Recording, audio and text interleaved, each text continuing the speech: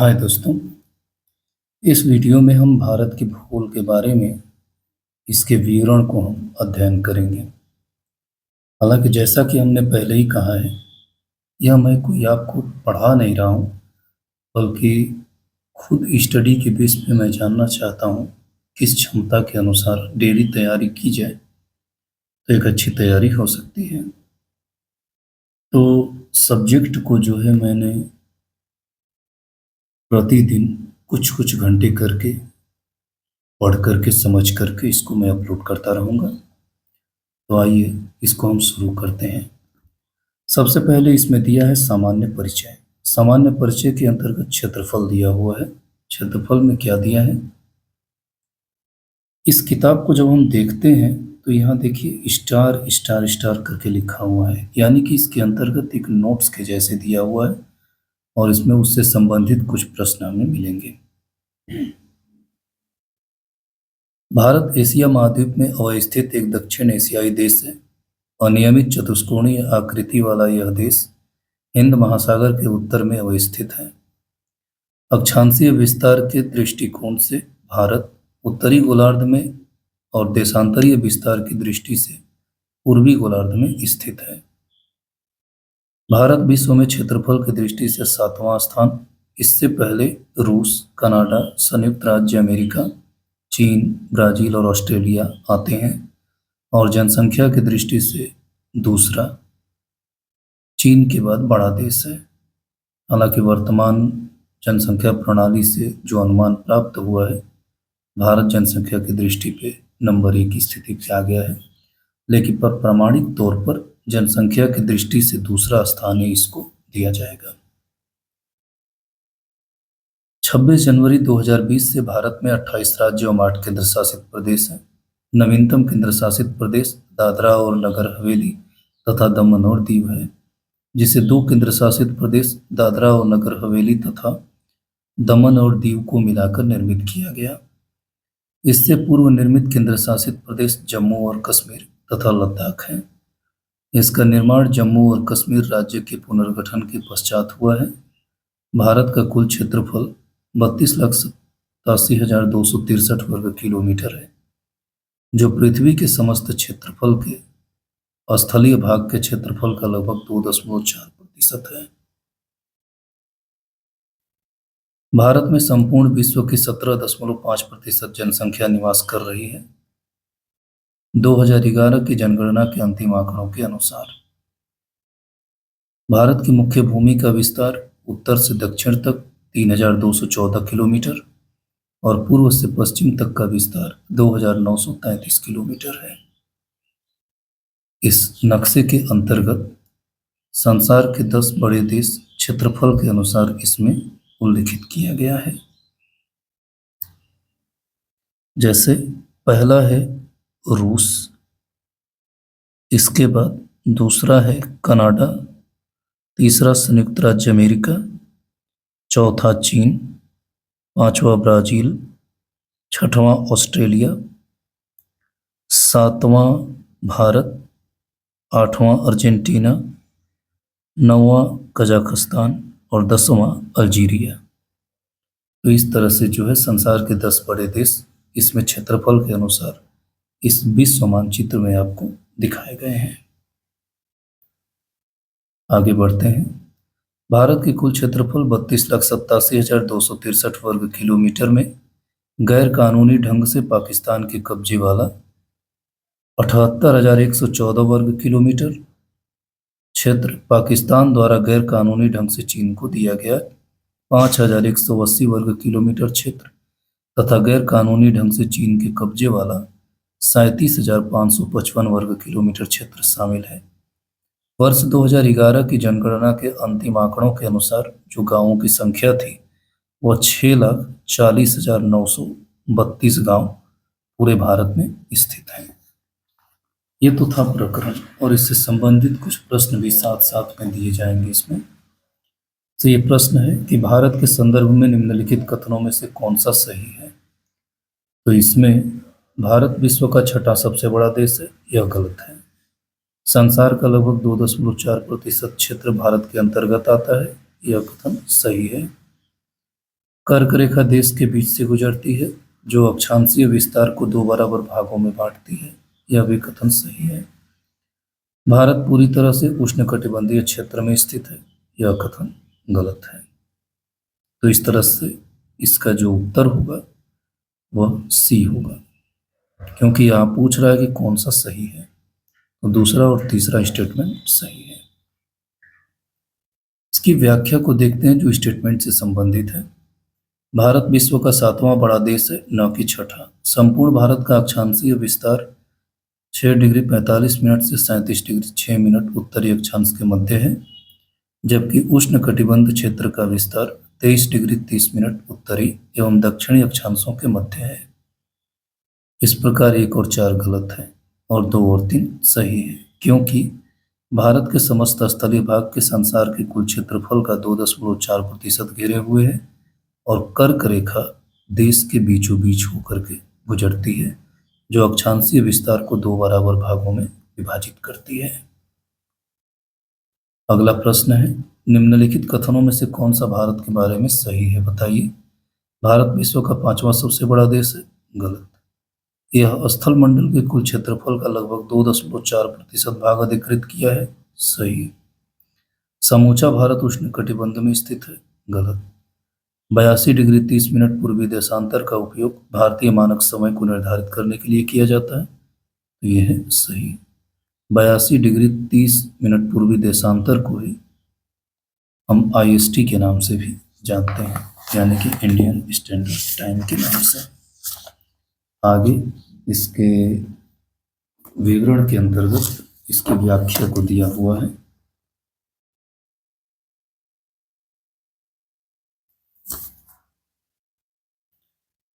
भारत विश्व का सातवां बड़ा देश है। संपूर्ण भारत अंडमान निकोबार द्वीप समूह सहित का अक्षांशीय विस्तार, यानी कि अंडमान और निकोबार को भी जब शामिल कर लेते हैं तो उसका अक्षांशीय विस्तार है 6 डिग्री 45 मिनट से 37 डिग्री 6 मिनट उत्तरी अक्षांश के मध्य, जबकि उष्णकटिबंधीय क्षेत्र का विस्तार है 23 डिग्री 30 मिनट उत्तरी एवं दक्षिणी अक्षांशों के मध्य है।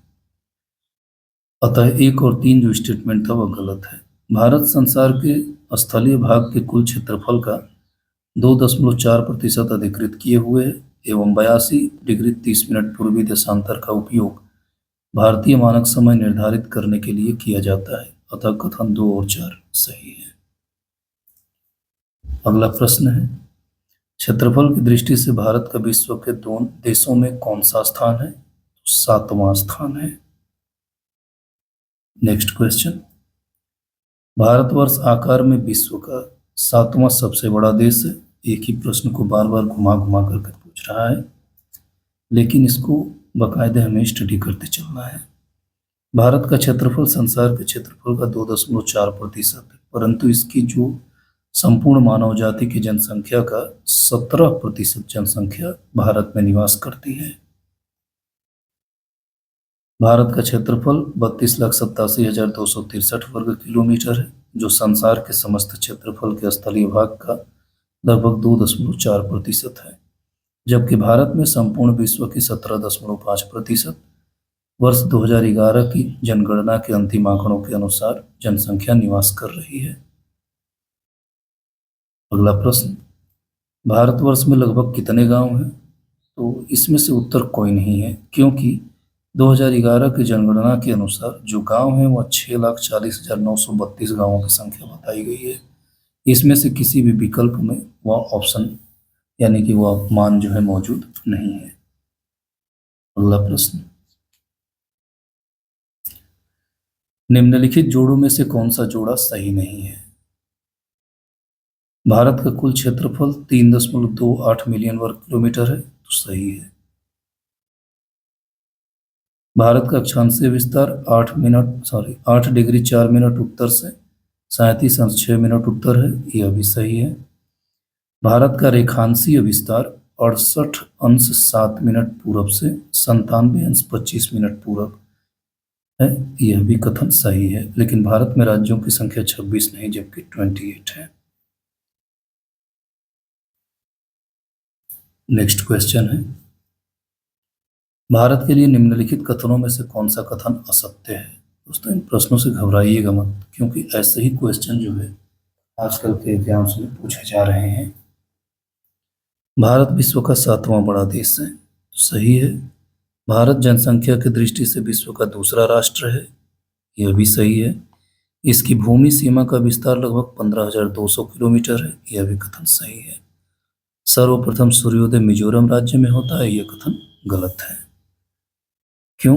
क्योंकि जो सर्वप्रथम सूर्योदय है वह अरुणाचल प्रदेश में होता है, न कि मिजोरम में। भारत जनसंख्या की दृष्टि से चीन के पश्चात विश्व का दूसरा राष्ट्र है। यूएनएफपीए के अनुसार वर्ष 2023 में भारत की जनसंख्या 1428.6 मिलियन एवं चीन का 1425.7 मिलियन है। इस प्रकार अब भारत विश्व में सर्वाधिक जनसंख्या वाला देश है। इसकी भूमि सीमा का विस्तार लगभग 15,200 किलोमीटर, लगभग में इसलिए बोला है क्योंकि 15,106.7 किलोमीटर के आसपास इसका भूमि विस्तार आता है।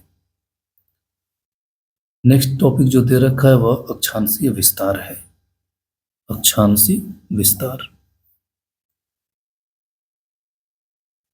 भूपृष्ठ पर विषुवत रेखा यानी कि इक्वेटर से उत्तर या दक्षिण दिशा में स्थित किसी भी बिंदु की पृथ्वी के केंद्र से मापी गई कोणीय दूरी को उसे ही अक्षांश कहते हैं। अक्षांश रेखाएं वे काल्पनिक रेखाएं होती हैं जो पृथ्वी के चारों ओर पूर्व से पश्चिम दिशा में विषुवत रेखा के समांतर खींची जाती है। अक्षांश को अंशों, मिनटों एवं सेकेंडों में दर्शाया जाता है। पृथ्वी को दो बराबर भागों में बांटने वाले 0 डिग्री अक्षांश को भूमध्य रेखा कहा जाता है। विषुवत वृत्त भूमध्य रेखा के उत्तरी भाग को उत्तरी गोलार्ध और दक्षिणी भाग को दक्षिणी गोलार्ध कहते हैं। भूमध्य रेखा के उत्तर में स्थित अक्षांश रेखाओं को उत्तरी अक्षांश रेखाएं और भूमध्य रेखा के दक्षिण में स्थित अक्षांश रेखाओं को हम दक्षिणी अक्षांश रेखा कहते हैं। एक बार फिर से देख लेते हैं इस स्टेटमेंट को।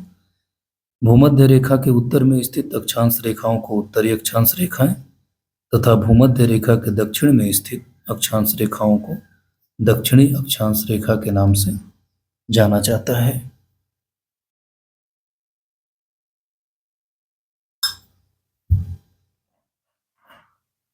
आगे बढ़ते हैं।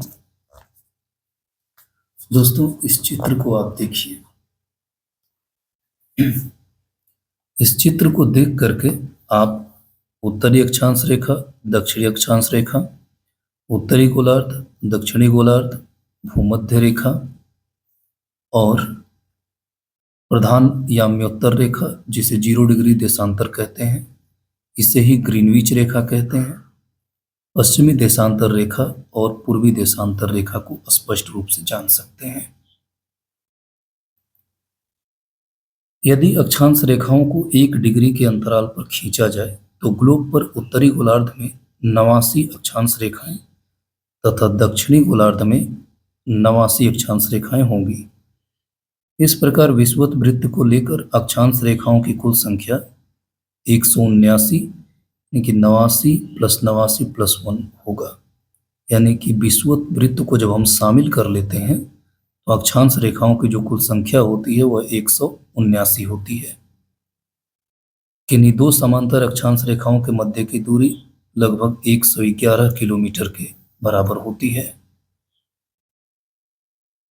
भूपृष्ठ पर उत्तरी ध्रुव एवं दक्षिणी ध्रुव को मिलाने वाली काल्पनिक रेखा जो पृथ्वी को दो बराबर भागों में बांटती है, इसको प्रधान याम्योत्तर रेखा या प्राइम मेरिडियन कहा जाता है।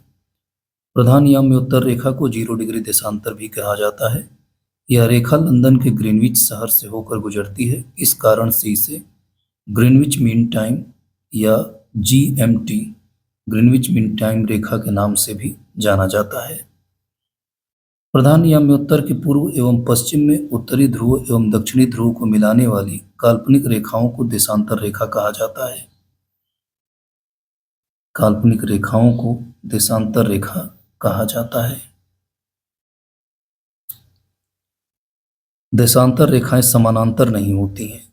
ध्रुवों से विषुवत रेखा की ओर बढ़ने पर देशांतर रेखाओं के मध्य की दूरी हमेशा बढ़ती जाती है। यह काफ़ी मोस्ट इम्पोर्टेंट क्वेश्चन के रूप में भी बार बार पूछा जाता है कि जब ध्रुवों से विषुवत रेखा की ओर बढ़ते हैं तो देशांतर रेखाओं पर क्या प्रभाव पड़ता है, तो उनके मध्य की जो दूरी होती है वो बढ़ती जाती है। विषुवत रेखा पर देशांतर रेखाओं के बीच अधिकतम 111.33 किलोमीटर की दूरी होती है। भारत पूर्णतया उत्तरी गोलार्ध में स्थित है। संपूर्ण भारत का अक्षांशीय विस्तार 6 अंश 45 मिनट उत्तरी अक्षांश से 37 अंश 6 मिनट उत्तरी अक्षांश के मध्य है। इसकी मुख्य भूमि 8 अंश 4 मिनट उत्तरी अक्षांश से 37 अंश 6 मिनट उत्तरी अक्षांश एवं 68 अंश 7 मिनट पूर्वी देशांतर से 97 अंश 25 मिनट पूर्वी देशांतर के मध्य फैली हुई है। उष्णकटिबंधीय क्षेत्र का जो विस्तार है यह 23 डिग्री 30 मिनट उत्तरी एवं दक्षिणी अक्षांशों के मध्य है, अतः भारत का विस्तार उष्ण एवं उपोष्ण दोनों कटिबंधों में है। ध्यातव्य है कि निम्न अक्षांश 0 डिग्री से उच्च अक्षांश 90 डिग्री की ओर जाने पर दिन और रात की अवधि में अंतर आता है। उत्तरी गोलार्ध में अक्षांश का प्रभाव दक्षिण से उत्तर की ओर दिन और रात की अवधि पर पड़ता है, यानी कि उत्तरी गोलार्ध में जो अक्षांश का प्रभाव है वह दिन और रात की अवधि पर मुख्य रूप से पड़ता है। आगे इससे संबंधित अक्षांश प्रणाली से कुछ प्रश्न हैं, आइए इसको हम जानते हैं। क्वेश्चन क्या है? भारत यह विस्तृत है, तो इसमें जो है जब आंकड़ा हम देखते हैं तो इसमें से कोई भी उत्तरी या दक्षिणी अक्षांश इसकी सही माप को नहीं बताता है। इसकी व्याख्या को हम पढ़ लेते हैं। हालांकि टिप्पणी में हम जान चुके हैं कि भारत की मुख्य भूमि का जो विस्तार है वह उत्तरी पूर्वी गोलार्ध में अगर हम बताते हैं तो वह 8 डिग्री 4 मिनट उत्तरी से 37 अंश 6 मिनट उत्तरी अक्षांश के मध्य है तथा 68 अंश 7 मिनट पूरब से 97 अंश 25 मिनट पूर्वी देशांतरों के मध्य है। कर्क रेखा भारत के लगभग बीचों बीच से होकर गुजरती है, इसीलिए इसमें कोई दिया गया विकल्प सही नहीं है। अगला प्रश्न है, सिक्किम से गुजरने वाला अक्षांश निम्नलिखित में से किस एक से होकर जाता है? राजस्थान से। नेक्स्ट क्वेश्चन, जिस जिले से 70 डिग्री पूर्वी देशांतर रेखा गुजरती है वह कौन सा है? तो इन सब में जब जिले का हम आकलन करते हैं तो जो 70 डिग्री पूर्वी देशांतर है यह जैसलमेर से होकर गुजरती है, राजस्थान के। आगे जो टॉपिक दे रखा है वह है भारत एवं कर्क रेखा। भारत एवं कर्क रेखा विषुवत रेखा के उत्तर में स्थित 23 डिग्री 30 मिनट उत्तरी अक्षांश यानी कि 23.5 डिग्री उत्तरी अक्षांश को कर्क रेखा कहा जाता है। 23.5 डिग्री उत्तरी अक्षांश को कर्क रेखा कहा जाता है। 23.5 डिग्री उत्तरी अक्षांश को कर्क रेखा कहा जाता है। कर्क रेखा भारत के लगभग मध्य से होकर गुजरती है। कर्क रेखा भारत के कुल 8 राज्यों से होकर गुजरती है, जिसमें गुजरात, राजस्थान, मध्य प्रदेश, छत्तीसगढ़, झारखंड, पश्चिम बंगाल, त्रिपुरा और मिजोरम इत्यादि आते हैं। यानी कि जो कर्क रेखा है वह भारत के 8 राज्यों से होकर गुजरती है। जब आप यहाँ भारत के नक्शे को देखते हैं तो इसमें कर्क रेखा की उपस्थिति आपको ठीक से नजर आ जाएगी। यह कहाँ कहाँ से होकर गुजरती है? गुजरात से होकर गुजरती है, राजस्थान से, मध्य प्रदेश, छत्तीसगढ़, झारखंड, पश्चिम बंगाल, त्रिपुरा और मिजोरम। इस तरह कर्क रेखा भारत के 8 राज्यों से होकर गुजरती है।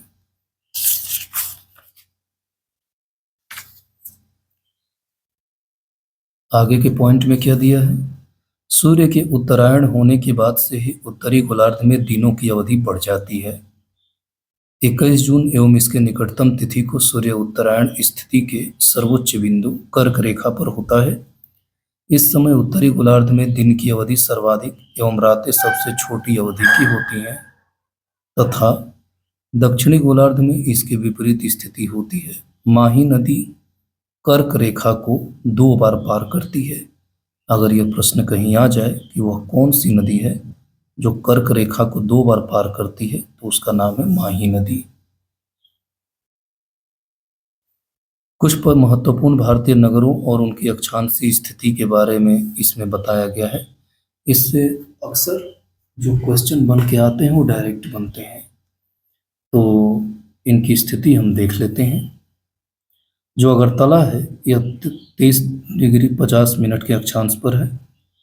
गांधीनगर 23 डिग्री 19 मिनट उत्तरी अक्षांश, जबलपुर 23 डिग्री 11 मिनट उत्तरी अक्षांश, उज्जैन 23 डिग्री 09 मिनट उत्तरी अक्षांश, कोलकाता 22 डिग्री 30 मिनट उत्तरी अक्षांश,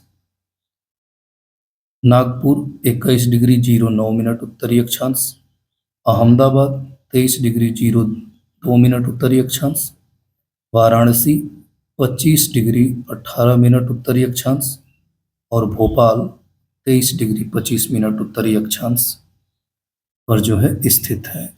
ये जो है कुछ महत्वपूर्ण शहर हैं जो उत्तरी अक्षांश पर स्थित हैं। इसकी स्थिति के बारे में इसमें बताया गया है। इससे संबंधित अब कुछ प्रश्न हैं, जैसे कर्क रेखा किस राज्य से होकर गुजरती है। तो इन सभी राज्यों का जब देखते हैं तो इसमें न तो उड़ीसा है, न उत्तर प्रदेश, न आंध्र प्रदेश, तो बिहार झारखंड से होकर के जो है कर्क रेखा गुजरती है। हालांकि बाद में बिहार अलग हो गया, लेकिन कर्क रेखा की स्थिति जो है उसी तरह से है, क्योंकि काल्पनिक रेखाओं की स्थिति बदलने पर कई सारी ऐसी चीजें हैं जो बदल जाती हैं। कर्क रेखा पर पड़ने वाले भारत के राज्य कुल 8 हैं। गुजरात, राजस्थान, मध्य प्रदेश, छत्तीसगढ़, झारखंड, पश्चिम बंगाल, त्रिपुरा और मिजोरम। इसीलिए उसमें विकल्प जो है भी सही है। अतः वर्तमान में उपर्युक्त दिए गए विकल्पों में कोई भी सही नहीं है, किंतु प्रश्न काल में झारखंड जो है बिहार का ही भाग था। अतः तत्कालीन परिस्थितियों में विकल्प बी को ही सही उत्तर माना जाएगा। नेक्स्ट क्वेश्चन, कर्क रेखा निम्नलिखित में से किन राज्यों से होकर गुजरती है। तो इसमें गुजरात से, छत्तीसगढ़ से और झारखंड से तो गुजरती है, जबकि उत्तर प्रदेश से होकर के नहीं गुजरती है।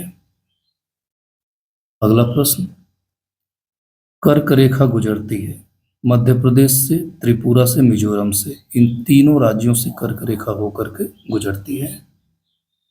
नेक्स्ट, कितने भारतीय प्रदेशों से होकर कर्क रेखा गुजरती है। तो 8। अगला प्रश्न है, भारत का एक राज्य जिससे होकर कर्क रेखा गुजरती है। तो इसमें झारखंड से होकर के कर्क रेखा गुजरती है। निम्नलिखित में से किस राज्य से कर्क रेखा नहीं गुजरती है। तो त्रिपुरा, छत्तीसगढ़, मिजोरम से गुजरती है, जबकि मणिपुर से होकर के कर्क रेखा नहीं गुजरती है। अगला प्रश्न क्या है,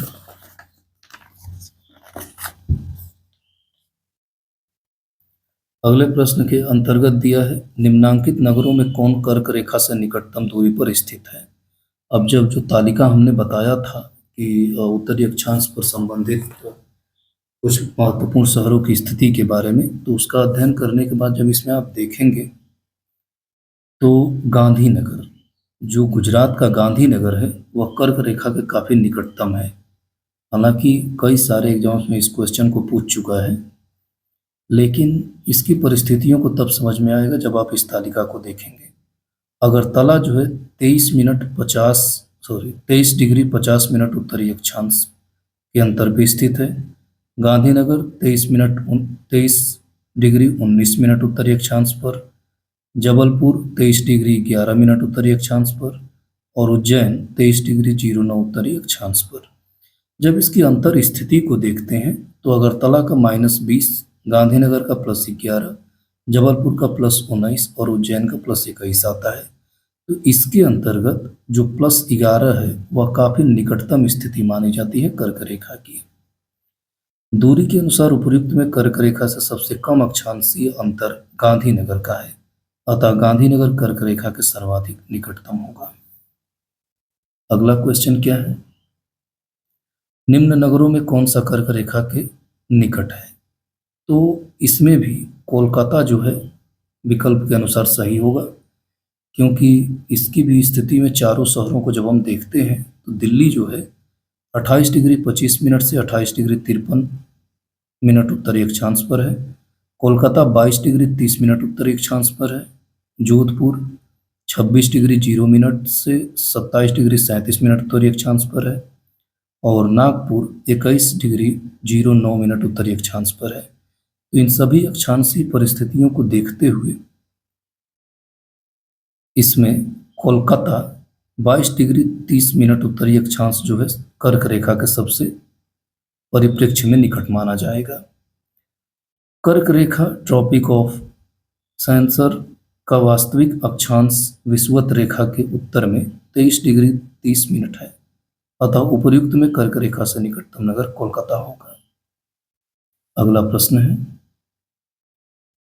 कौन सा महत्वपूर्ण अक्षांश भारत को दो लगभग बराबर भागों में विभाजित करता है? तो उसका जवाब है 23 डिग्री 30 मिनट उत्तरी अक्षांश, जिसे हम कर्क रेखा के नाम से जानते हैं। अब दिया है कि निम्न में से कौन सा कथन सत्य है। पहला है कर्क रेखा भारत को दो हिस्सों में बांटती है, तो यह जवाब सही है। कर्क रेखा भारत के अंतर्राष्ट्रीय सीमा रेखाओं को दो हिस्सों में बांटती है, अंतर्राष्ट्रीय सीमा रेखा को।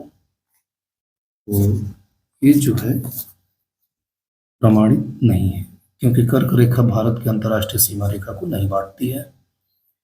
भारत का पूर्व पश्चिम में अधिकतम विस्तार कर्क रेखा के साथ साथ है, गलत। भारत में सबसे पूर्वी और सबसे पश्चिमी बिंदुओं को जोड़ने वाली रेखा कर्क रेखा के उत्तर में स्थित है, यह कथन सही है।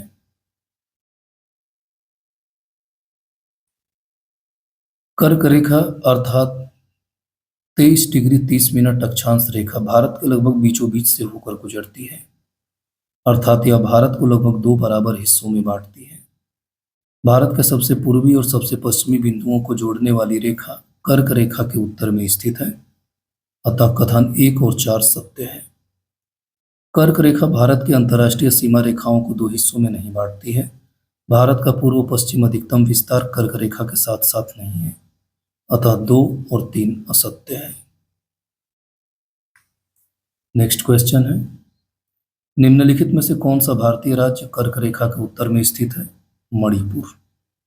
अगर कर्क रेखा के उत्तर में पूछा जाए तो मणिपुर की स्थिति आएगी। नेक्स्ट क्वेश्चन, जून माह में निम्न स्थानों में से कहां पर दिन की अवधि अधिकतम होगी? दिल्ली। क्यों होगा, इसके भी कारण हम जान लेंगे व्याख्या में। सूर्य के उत्तरायण होने के बाद से ही उत्तरी गोलार्ध में दिनों की अवधि बढ़ती जाती है। 21 जून एवं उसके निकटतम तिथि को सूर्य उत्तरायण स्थिति के सर्वोच्च बिंदु अर्थात कर्क रेखा पर होता है। इस समय उत्तरी गोलार्ध में दिन की अवधि सर्वाधिक एवं रात सबसे छोटी अवधि की होती है। कर्क रेखा से उत्तर दिनों की अवधि तेजी से बढ़ती है। दिल्ली की स्थिति उपयुक्त विकल्प में सबसे उपयुक्त उत्तर है, अतः यहाँ दिन की अवधि बहुत अधिकतम होती है। किस समय? जून के महीने में। क्यों? क्योंकि सूर्य के उत्तरायण होने से जब सूर्य कर्क रेखा पर पहुंचता है अपनी उच्चतम स्थिति में, वो दिल्ली में काफी जो है चमकता है और वहां तापमान बढ़ा रहता है। अगला प्रश्न है, निम्नलिखित में से कौन सा शहर कर्क रेखा से सबसे निकटस्थ है? जैसा कि मैंने आपसे बताया कि इसमें तो जबलपुर उत्तर इसका सही है, क्योंकि विकल्प में दिख रहा है, लेकिन कुछ महत्वपूर्ण सिटीज के बारे में जो हमने अक्षांशीय और देशांतरीय विस्तार के जरिए जो स्थानों को हमने डिनोट किया था उसी के अनुसार जानेंगे। जबलपुर का अक्षांश रहा 23 डिग्री 11 मिनट उत्तरी अक्षांश, अहमदाबाद का 23 डिग्री 02 मिनट उत्तरी अक्षांश, उज्जैन का 23 डिग्री 09 मिनट उत्तरी अक्षांश और वाराणसी का 25 डिग्री 18 मिनट उत्तरी अक्षांश रहा है। तो इन सब में जबलपुर का जो अक्षांशीय विस्तार है वह कर्क रेखा के काफी निकट है। अगला प्रश्न है, निम्नलिखित भारत की नदियों में कौन कर्क रेखा को 2 बार पार करती है? तो मैंने इसका जवाब आपको पहले ही बताया कि जो माही नदी है वह कर्क रेखा को 2 बार पार करती है। यह नदी मध्य प्रदेश से उद्गमित होकर राजस्थान, गुजरात में प्रवाहित होते हुए खंबात की खाड़ी में गिर जाती है। अगला जो टॉपिक है वह है मानक समय, जिसे स्टैंडर्ड टाइम के नाम से जाना जाता है।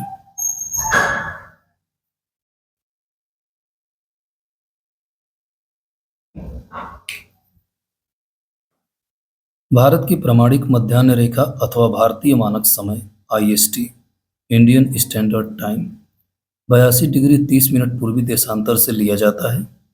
यह देशांतर रेखा मिर्जापुर अर्थात इलाहाबाद, जो अब प्रयागराज के निकट, इलाहाबाद को प्रयागराज के नाम से अब जाना जाता है, यह देशांतर रेखा मिर्जापुर इलाहाबाद के निकट से स्थानों से होकर गुजरती है। यानी कि जो IST है, भारतीय मानक समय रेखा, वह मिर्जापुर से होकर के गुजरती है, जो इलाहाबाद के नज़दीक है। भारतीय मानक समय IST, Indian standard time, Greenwich माध्य अर्थात GMT टाइम से 5 घंटा 30 मिनट आगे है। ध्यातव्य है कि विश्व के देशों द्वारा अपनी सहमति के अंतर्गत मानक याम्योत्तर को 7 डिग्री 30 मिनट देशांतर के गुणांक पर चुना जाता है। भारत के बृहद देशांतरीय विस्तार के कारण गुजरात पश्चिमी छोर से अरुणाचल प्रदेश के पूर्वी छोर के बीच स्थानीय समय में लगभग 2 घंटे का अंतर पाया जाता है। अतः प्रशासनिक एवं अन्य कार्यों में कठिनाई से बचने हेतु 82 डिग्री 30 मिनट पूर्वी याम्योत्तर देशांतर को भारत का मानक याम्योत्तर चुना गया है। यानी कि जो वैश्विक मानक याम्योत्तर है वह 7 डिग्री 30 मिनट है। देशांतर के गुणांक पर इसको चुना गया है। भाई इसमें आप बखूबी देख सकते हैं इस भारत की मानक समय रेखा को, जो 82 डिग्री 30 मिनट पूर्वी देशांतर है। 82 डिग्री 30 मिनट पूर्वी देशांतर को भारत की मानक समय रेखा कहा जाता है। यह जो है प्रयागराज इलाहाबाद के निकट मिर्जापुर से होकर के गुजरती है। बात करते हैं भारतीय मानक समय की याम्योत्तर रेखा उत्तर प्रदेश, मध्य प्रदेश, छत्तीसगढ़, उड़ीसा, आंध्र प्रदेश, कुल 5 प्रदेशों से होकर के गुजरती है। जैसा कि हमने कर्क रेखा को देखा कि वह भारत के 8 राज्यों से होकर गुजर रही थी, उसी प्रकार जो भारत का मानक समय रेखा है वह 5 प्रदेशों से होकर गुजरती है। तो उन प्रदेशों में कौन कौन सा है? उत्तर प्रदेश, मध्य प्रदेश, छत्तीसगढ़, उड़ीसा, आंध्र प्रदेश। प्रधान याम्योत्तर 0 डिग्री के पूर्व एवं पश्चिम दोनों ओर 180 डिग्री तक देशांतर रेखाएं होती हैं तथा कुल मिलाकर देशांतर रेखाओं की संख्या 360 तक होती है। सभी देशांतर रेखाएं पृथ्वी को 2 बराबर भागों में विभाजित करती हैं। ग्रीनविच या प्रधान याम्योत्तर रेखा के पूर्व में स्थित 180 डिग्री तक सभी देशांतर को पूर्वी देशांतर एवं पश्चिम की ओर स्थित 180 डिग्री तक सभी देशांतर को पश्चिमी देशांतर कहा जाता है। पृथ्वी 24 घंटे 1440 मिनट में 360 डिग्री घूम जाती है तथा कुल देशांतर रेखाओं की संख्या भी 360 है। अतः 1 डिग्री देशांतर घूमने में पृथ्वी को करीब 4 मिनट का समय लगता है। 4 मिनट 1440/360। इस प्रकार प्रत्येक 15 डिग्री देशांतर पर 1 घंटे का अंतर माना जाता है।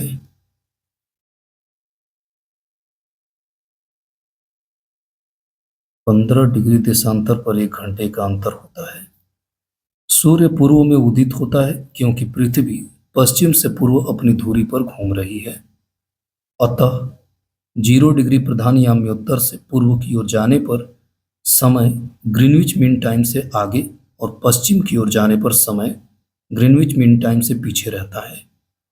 0 डिग्री से 180 डिग्री पूर्व की ओर जाने पर 12 घंटे की अवधि लगती है एवं यह ग्रीनविच समय से 12 घंटे आगे रहता है।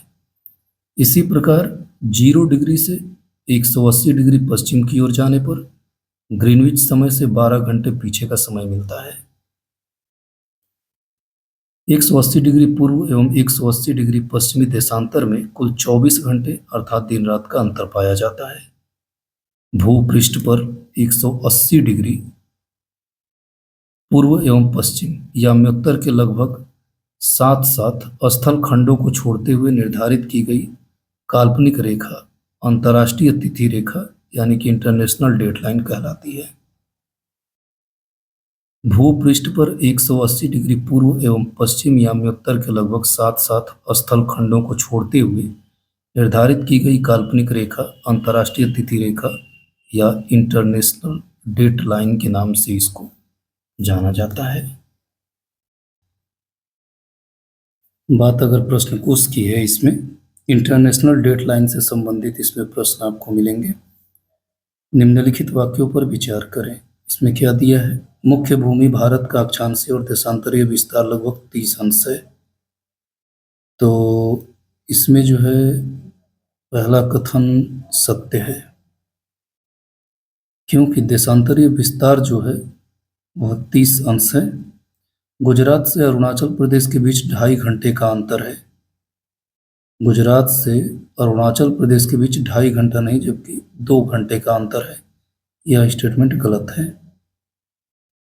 तीसरा स्टेटमेंट 82.5 अंश पूर्वी देशांतर जो है भारत की मानक देशांतर रेखा है, यह भी सही है। मानक देशांतर रेखा के समय को भारत के लिए मानक समय माना जाता है। मानक देशांतर रेखा के समय को भारत के लिए मानक समय माना जाता है, यह कथन सही है। तो इस प्रकार 3 कथन सही हैं और 1 कथन गलत है। आइए इसको विस्तार से हम जानते हैं।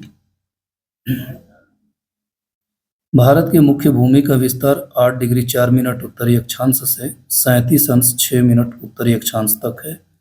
अतः भारत के मुख्य भूमि का अक्षांशीय विस्तार 29 अंश 2 मिनट है। इसी प्रकार भारत का देशांतरीय विस्तार गुजरात के सबसे पश्चिमी छोर 68 अंश 7 मिनट पूर्वी देशांतर से अरुणाचल प्रदेश के सबसे पूर्वी छोर 97 अंश 25 मिनट पूर्वी देशांतर तक है। अर्थात भारत का देशांतरीय विस्तार 29 डिग्री 18 मिनट है।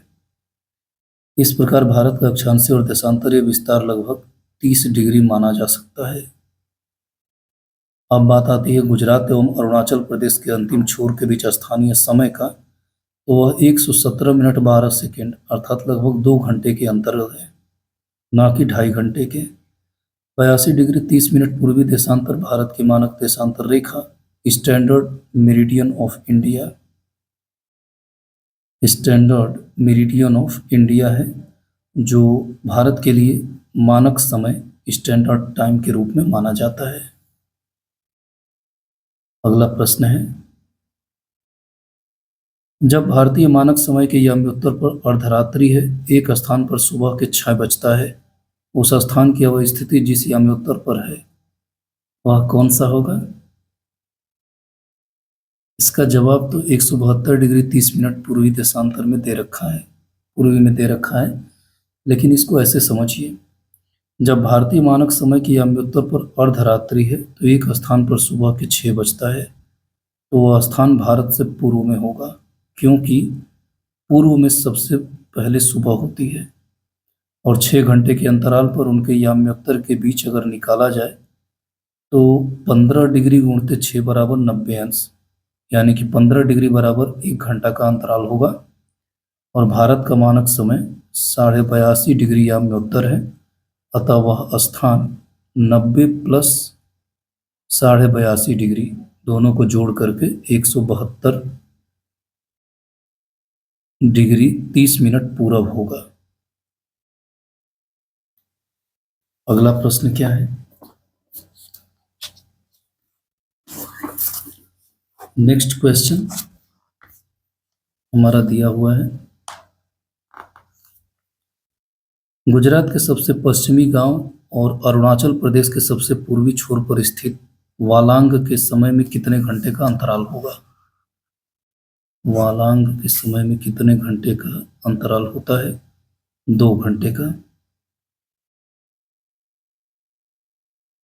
गुजरात के पश्चिमी छोर का देशांतर 68 डिग्री 7 मिनट पूर्व तथा अरुणाचल प्रदेश के पूर्वी छोर का देशांतर 97 डिग्री 25 मिनट पूर्व है।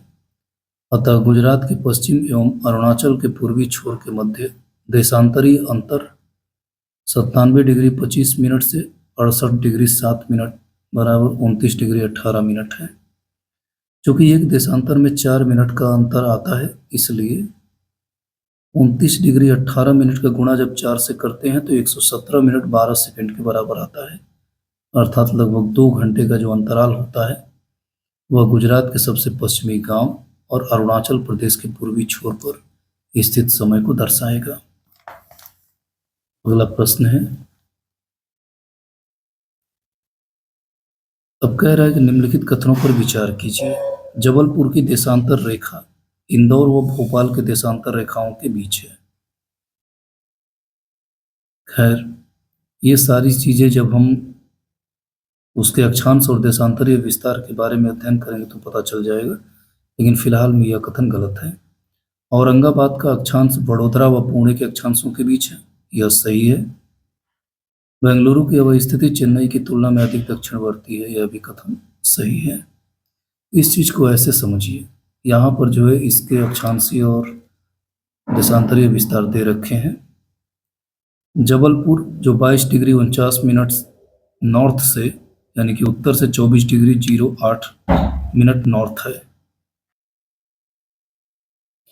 इस क्वेश्चन के अंतर्गत अगर सभी उत्तरी और अक्षांश का निर्धारण करके जब हम अध्ययन करते हैं तो विकल्प के अनुसार जो प्रश्न दिया गया है कि औरंगाबाद का अक्षांश वडोदरा व पुणे के अक्षांश के बीच है।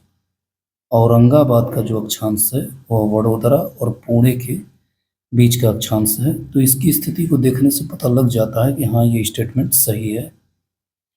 तीसरा इसका स्टेटमेंट दिया था कि बेंगलुरु की अवस्थिति चेन्नई की तुलना में दक्षिणावर्ती है। ये जो बेंगलुरु है वह चेन्नई की तुलना में दक्षिण में है, तो इससे भी अक्षांश रेखाओं की स्थिति से हमें यह पता चल जाता है।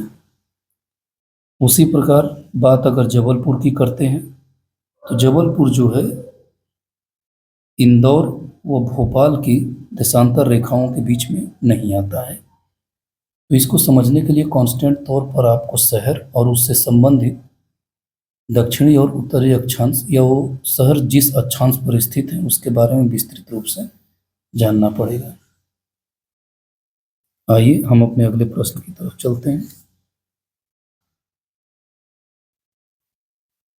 अगला प्रश्न है, निम्नलिखित में से कौन सा शहर भारतीय मानक समय यानी कि IST देशांतर के निकटतम है?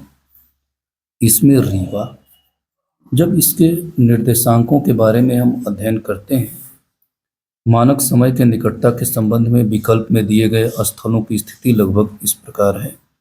जैसे रीवा का 81 डिग्री 02 मिनट ईस्ट से 82 डिग्री 20 मिनट ईस्ट, सागर 78 डिग्री 04 मिनट ईस्ट से 78 degree 20 minute east, Ujjain 75 degree east से 76 डिग्री 30 मिनट ईस्ट और होशंगाबाद 76 डिग्री 47 मिनट ईस्ट से 78 डिग्री 44 मिनट ईस्ट।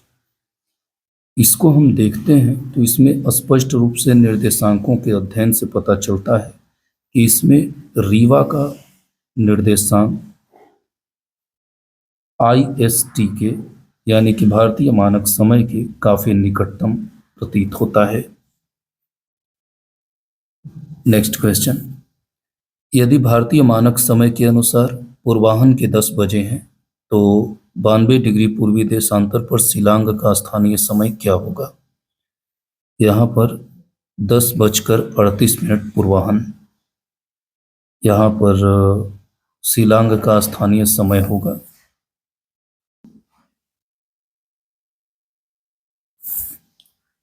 बानवे डिग्री पूर्वी देशांतर पर स्थित शिलांग मेघालय की राजधानी एवं भारत के मानक समय के बीच 92 डिग्री से 82.5 डिग्री, 92 में से 82.5 डिग्री माइनस किया है, यानी कि 9.5 डिग्री देशांतर का अंतर है।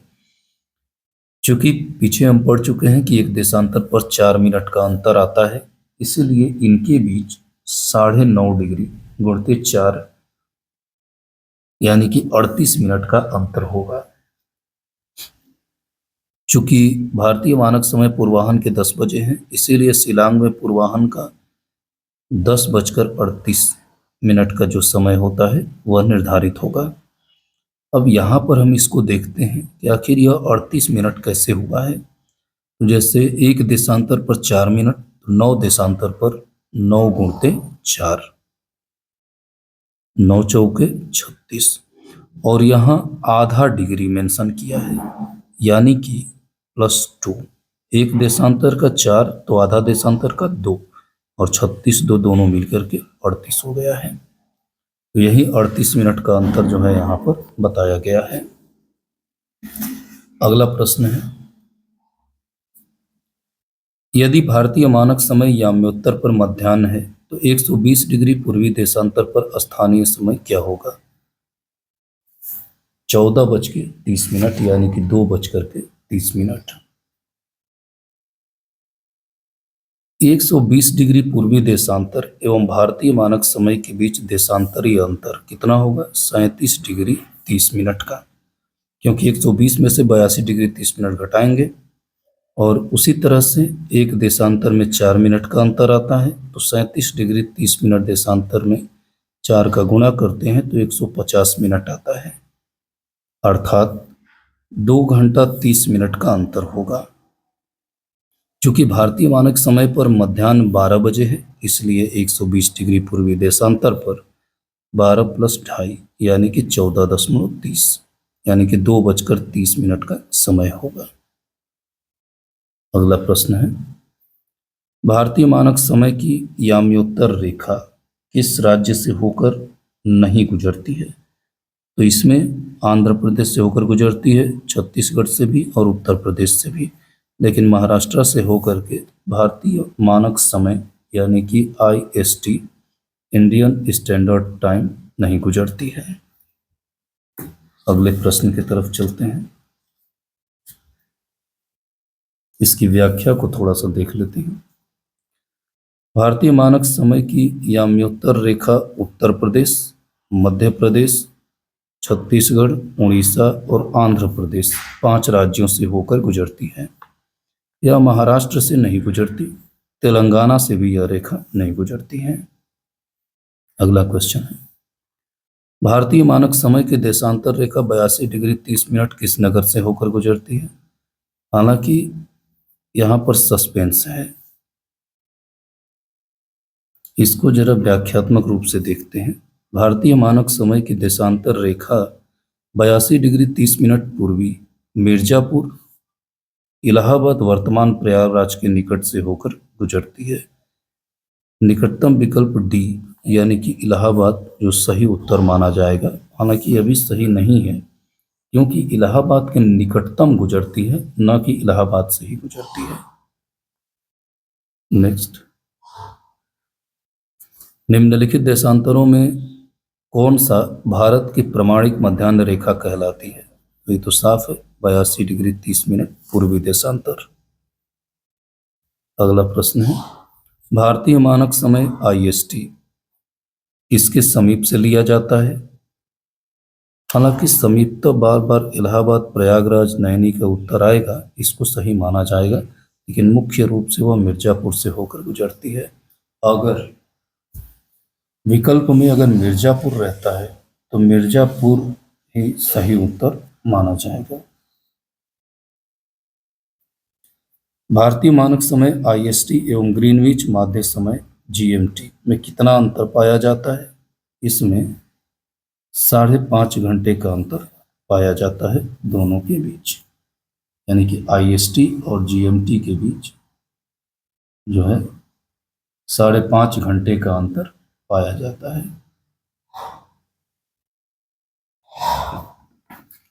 नेक्स्ट क्वेश्चन है, इसकी व्याख्या के अंतर्गत दिया है, भारतीय मानक समय IST एवं ग्रीनविच माध्य समय GMT में 5.5 घंटे का अंतर पाया जाता है। नेक्स्ट है, यदि अरुणाचल प्रदेश में तीरप में सूर्योदय 5 बजे प्रातः IST होता है, तो गुजरात में कांडला में सूर्योदय किस समय भारतीय मानक समय पर होगा? तो यह 7 बजे होगा। हालांकि सीधा सीधा जान लेते हैं कि अरुणाचल प्रदेश में जो सूर्योदय होता है और गुजरात में जो सूर्योदय होता है, दोनों के बीच 2 घंटे का अंतर पाया जाता है। अरुणाचल प्रदेश के तीरप लगभग 95 डिग्री 31 मिनट और गुजरात के कांडला लगभग 70 डिग्री 11 मिनट में सूर्योदय के समय में देशांतरीय स्थिति के अनुरूप लगभग 2 घंटे का अंतर पाया जाता है। अतः तीरप में सूर्योदय 5 बजे प्रातः होने पर कांडला में सूर्योदय लगभग 7 बजे होता है। तीरप अरुणाचल प्रदेश में है और कांडला गुजरात में है। नेक्स्ट क्वेश्चन, निम्नलिखित में से कौन सा शहर दिल्ली के सबसे समीप के देशांतर पर स्थित है? बेंगलुरु।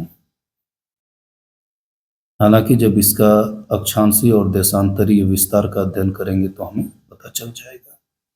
दिल्ली का देशांतरीय विस्तार लगभग 76.50 मिनट पूरब से 77.22 मिनट पूरब के मध्य है। वह शहर दिल्ली के समीप देशांतर पर स्थित होगा, जिसका देशांतरीय अंतर दिल्ली से सबसे कम होगा। प्रश्न में दिए गए शहरों का देशांतरीय विस्तार इस प्रकार दिया गया है। बेंगलुरु का 77 डिग्री 19 मिनट पूरब से 77 डिग्री 50 मिनट पूरब, हैदराबाद का 78 डिग्री 23 मिनट पूरब से 78 डिग्री 68 मिनट पूरब, नागपुर का 78 डिग्री 15 मिनट पूरब से 79 डिग्री 40 मिनट पूर्व, पुणे का 73 डिग्री 19 मिनट पूर्व से 75 डिग्री 10 मिनट पूर्व। और इसका जब हम अवलोकन करते हैं तो इसमें दिल्ली के सबसे समीप देशांतरीय वाला जो शहर है वह बेंगलुरु है। अगला प्रश्न, किस पठार पर कर्क रेखा तथा भारतीय मानक समय रेखा एक दूसरे को काटती है? इसका सही जवाब है बघेलखंड। कर्क रेखा एवं भारतीय मानक रेखा छत्तीसगढ़ राज्य के उत्तरी भाग में एक दूसरे को काटती है, जो कि बघेलखंड पठार के अंतर्गत आता है। अगला टॉपिक है इसमें दूरस्थ बिंदु।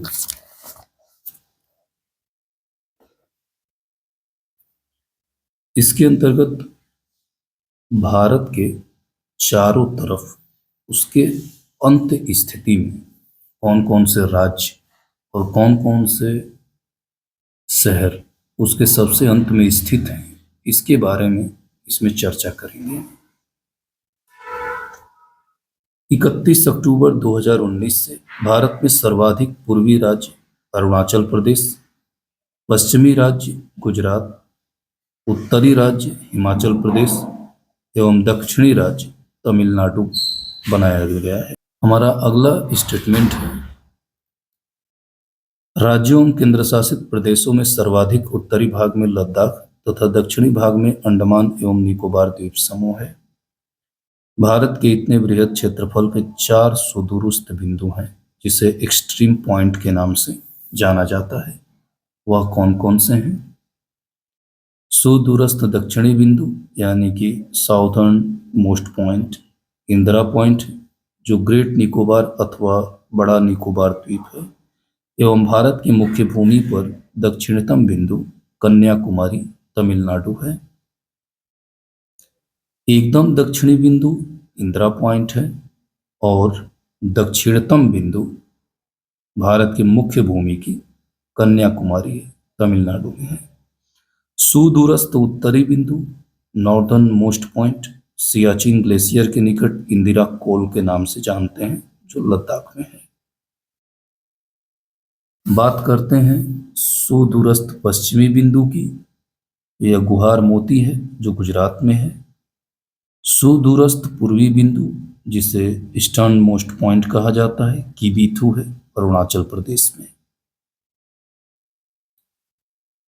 तमिलनाडु राज्य में अवस्थित कन्याकुमारी भारत की मुख्य भूमि पर स्थित दक्षिणतम स्थल है। कन्याकुमारी केप केमोरिन भारत का वह स्थान है जहां बंगाल की खाड़ी, अरब सागर और हिंद महासागर मिलते हैं। बंगाल की खाड़ी, अरब महासागर और हिंद महासागर मिलते हैं। कहाँ? कन्याकुमारी में, यानी कि केप कोमोरिन में। अब थोड़ा सा भारत के नक्शे को देखते हैं। जैसा कि मैंने पहले ही बताया कि नक्शे में ऊपर उत्तर होता है, नीचे की तरफ दक्षिण और दाहिने साइड पूरब और बाएं साइड पश्चिम। तो इस चीज को हम देखते हैं। बात करते हैं भारत के दूरस्थ बिंदु उत्तर की तरफ की, तो यहाँ इंदिरा कोल बताया गया है जो सियाचिन लद्दाख के पास में है। इसके बाद पूर्वी बिंदु की बात करें तो अरुणाचल प्रदेश में किबीथू नामक एक गांव है जो अरुणाचल प्रदेश का सबसे अंतिम भारत का गांव है। पश्चिम में गुहार मोती गुजरात में स्थित है और दक्षिण के अंतर्गत दो दूरस्थ बिंदु हैं। एक पहला जो भारत की मुख्य भूमि से जुड़ता है, इससे जुड़ता है भारत के मुख्य भूमि से, और मुख्य भूमि से जुड़ने वाला भारत का सबसे अंततम बिंदु कन्याकुमारी तमिलनाडु में है। और सागर के अंतर्गत जो भारत की संपूर्ण स्थिति को दर्शाता है दक्षिणी दूरस्थ बिंदु को, उसमें है इंदिरा पॉइंट जो ग्रेट निकोबार द्वीप समूह में स्थित है। तो ये तो था भारत के अंत्य बिंदु यानी कि दूरस्थ बिंदुओं के बारे में। आइए हम इससे कुछ प्रमुख प्रश्न हल करते हैं। इसमें दिया है भारत का सुदूरस्थ दक्षिणतम बिंदु कौन सा है। जैसा कि सुदूरस्थ इसमें बोल रहा है तो इंदिरा पॉइंट होगा। शब्दों पर ध्यान दीजिएगा। अगला प्रश्न है भारत का दक्षिणतम बिंदु कहाँ है। बड़ा निकोबार यानी कि ग्रेट निकोबार के अंतर्गत। नेक्स्ट, भारत का सुदूर दक्षिण में इंदिरा पॉइंट कहाँ पर स्थित है। यह बड़ा निकोबार में स्थित है। अगला प्रश्न है भारत के राज्यों का निम्नलिखित में से कौन सा एक जोड़ा बताइए जो सबसे पूर्वी और सबसे पश्चिमी राज्य को इंगित करता है। सबसे पूर्वी अरुणाचल प्रदेश और पश्चिमी गुजरात, यानी कि विकल्प डी सही है। अगला प्रश्न है भारत का सुदूर पश्चिम का बिंदु कौन सा है। तो सुदूर बोल रहा है। सुदूर का मतलब जो अंडमान निकोबार द्वीप में स्थित है, तो उसका जो है अक्षांश और मिनट के अनुसार निर्धारित करते हैं तो वह 68 अंश 7 मिनट पूर्वी देशांतर के अंतर्गत निर्धारित है। जो ये पश्चिमी बिंदु बोल रहा है, तो पश्चिमी बिंदु यानी कि गुजरात में, तो यह गुजरात में जो है निर्धारित है 68 अंश 7 मिनट पूर्वी देशांतर के अनुसार। हमारा अगला प्रश्न है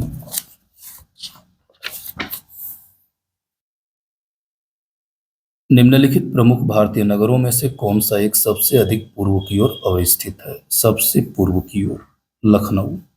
अगर निम्न शहरों को मिला करके अगर देखते हैं तो हैदराबाद, भोपाल, बेंगलुरु, इसमें काफ़ी हद तक कुछ पश्चिम कुछ दक्षिण स्थित हैं, लेकिन लखनऊ जो है पूर्व में स्थित है इन सभी की अपेक्षा। नेक्स्ट क्वेश्चन है भारत का कौन सा स्थान है जहां बंगाल की खाड़ी, अरब सागर और हिंद महासागर मिलते हैं। कन्याकुमारी के अंतर्गत, जैसा कि हमने पीछे पढ़ा है। तो इस तरह से यह वीडियो यहीं पे कंप्लीट होती है। मिलते हैं हम अगली वीडियो में नेक्स्ट टॉपिक के साथ। जय हिंद दोस्तों।